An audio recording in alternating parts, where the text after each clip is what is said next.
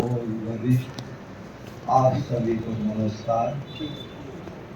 आपके साथ पिछले 13 साल से मैं इस विद्यालय में हूँ, लेकिन आज मेरे को ऐसा लग रहा है कि जैसे मैं अपने परिवार से बिछड़ रहा हूँ।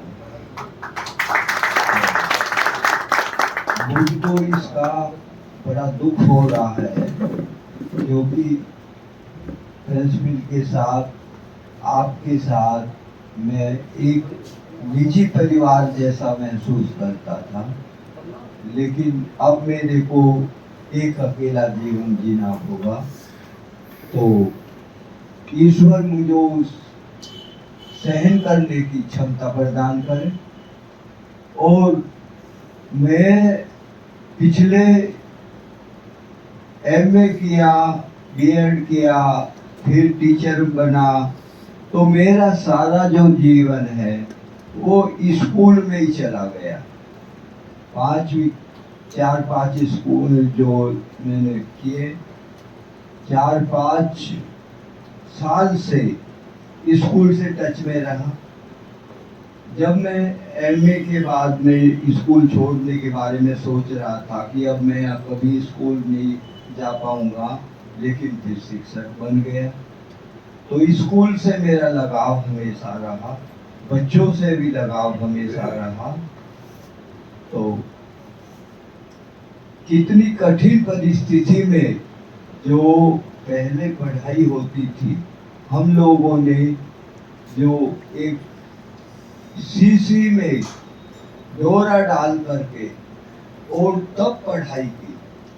12th क्लास तक के जो हमने स्कूल में पढ़ाई की, उसमें बिजली ही नहीं थी। रात को जैसे ही हम शीशी वाली डिबिया जलाते और हवा उसको बुझा देती, तो फिर गर्मी के मौसम में भी हमको विवश होकर अंदर पढ़ाई करनी पड़ती थी। तो ऐसी कठिन परिस्थिति में हम जो पढ़ाई की, और जो हमारा स्कूल था वो घर से 5 किलोमीटर दूर था। पैदल 5 किलोमीटर जाना, पैदल आना। गाजियाबाद गए तो वहाँ 7 बजे का स्कूल, और 7 बजे 3 किलोमीटर पैदल जाना, फिर बस की वेट देखना। तो कितना जो एक संघर्ष करके शिक्षा प्राप्त की, लेकिन वो शिक्षा जिस तरीके से संघर्ष करके प्राप्त की वो काम आई। और सबसे बड़ी बात ये है कि मेरा जो एक एम था, एक उद्देश्य था, वो यही उद्देश्य था कि मैं शिक्षित करूं बच्चों को, एक अध्यापक बन करके। मेरा जो पीसीएस, यूपी पीसीएस में प्री का टेस्ट निकाल दिया था, लेकिन जो मेन टेस्ट था वो मैंने साधारण डाक से वहाँ भेज दी जो कॉल के लिए, लेकिन वो समय पर नहीं जा पाई, तो इसलिए मैंने एग्जाम नहीं दे सका। लेकिन जब मैं अध्यापक बन गया तो मैंने बड़ा खुशी महसूस की कि पता नहीं वहाँ मैं बनता अगर, तो मेरे को कितना झूठ बोलना पड़ता, कितने अच्छे बुरे काम करने पड़ते। अब मेरे को ना झूठ बोलने की जरूरत, ना अच्छे बुरे काम करने की जरूरत, क्योंकि एक शिक्षक का पेशा ही ऐसा है जिसमें आप स्वच्छ और ईमानदार जीवन जी सकते हो। इसलिए मैं अपना ईश्वर को जो सबसे बड़ा धन्यवाद देता हूँ, वो यही देता हूँ कि उसने मेरे को शिक्षक बनाया।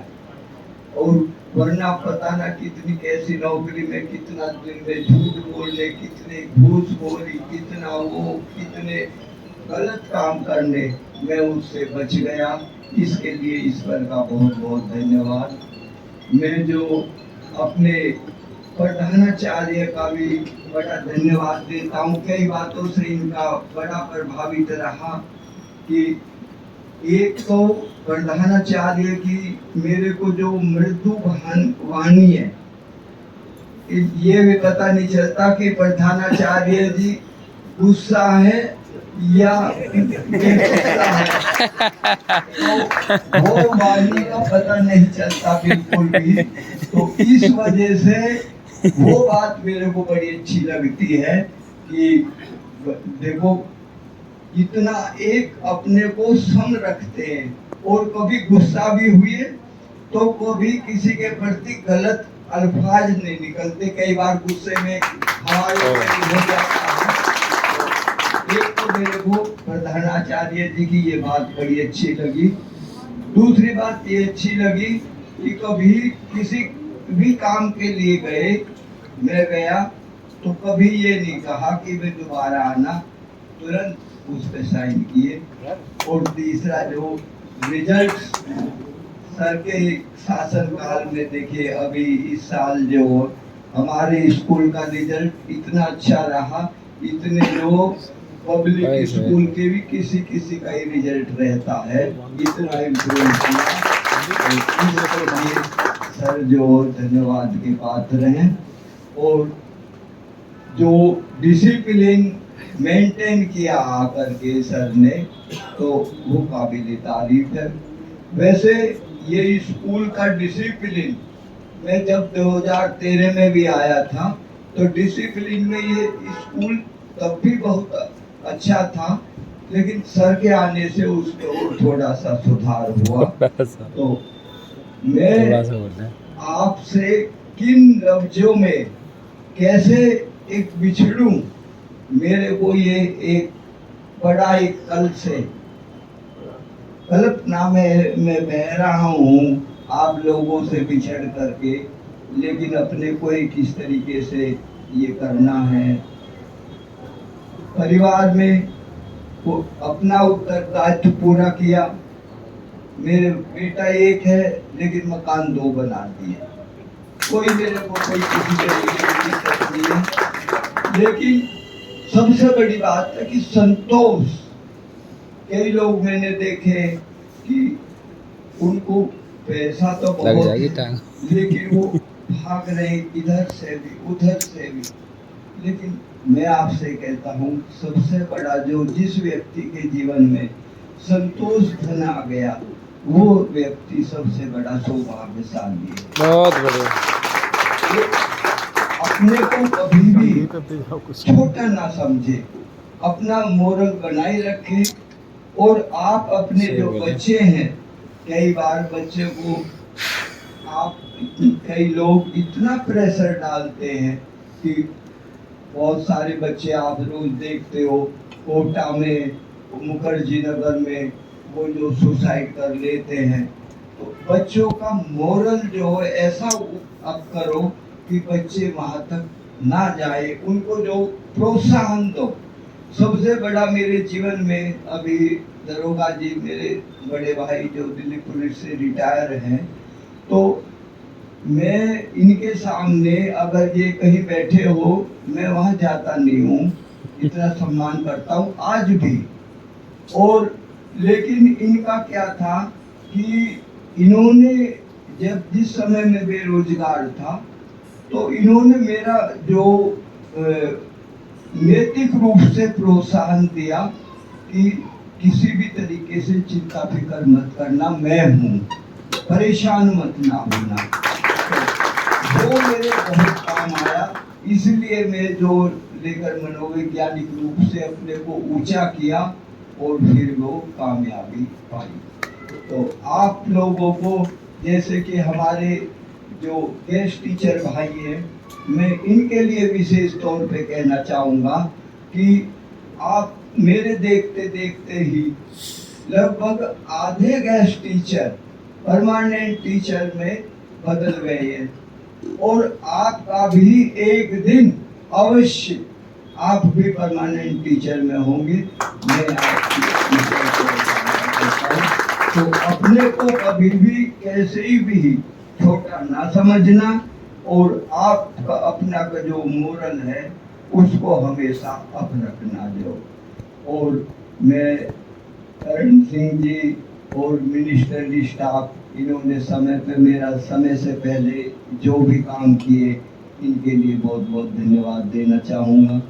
मैं प्रिंसिपल साहब जिनका मेरे को बहुत सहयोग मिला और इनकी छत्र छाया में कई साल से यहाँ रह रहा हूँ, तो और सारे काम मेरे हुए समय पे हुए, इनका भी बहुत धन्यवाद देना चाहूँगा। मैं जो अपने जितने भी मेरे अध्यापक भाई बैठे हुए हैं, इन लोगों ने जो मेरे साथ कोऑपरेटिव व्यवहार किया, कभी नाम तो कई मेरे साथी जो बैठने वाले जो मेरे दोस्त हैं, वो ये कह रहे थे कि मैं ये पूछ रहा था कि कसाना जी का नाम क्या है। उनको जो ये है कि सभी सम्मान से कसाना जी बोलते तो मेरे को कितना अच्छा लगता। तो इस तरीके से आपने जो मेरे को सम्मान दिया है, इसके लिए मैं आपका बहुत बहुत शुक्रिया अदा करता हूँ। एक बात और कि घर पे, यहाँ तो भोजन है ही, घर पे भी मैंने एक बड़े भोजन का आयोजन किया है और आप लोगों को मेरी तरफ से सभी को व्यक्तिगत तौर पे कह रहा हूँ कि ये ना समझे कि कोई मेरे को नहीं कहा, सभी लोग अपने को व्यक्तिगत समझे, यहाँ से मेरे साथ जाएंगे और घर पे भी अगर भोजन मेरे साथ लेंगे तो मेरे को और अच्छा लगेगा। अंत में मैं इस स्कूल की के लिए ये कामना करता हूँ कि जिस तरह से ये स्कूल पूरे नॉर्थ ईस्ट डिस्ट्रिक्ट, क्या मैं तो ये कहता हूँ कि मैंने पूरी दिल्ली में इतना डिसिप्लिन स्कूल नहीं देखा, कई स्कूलों में मैं भी रहा हूँ। इसी से तरीके से ये चलता रहे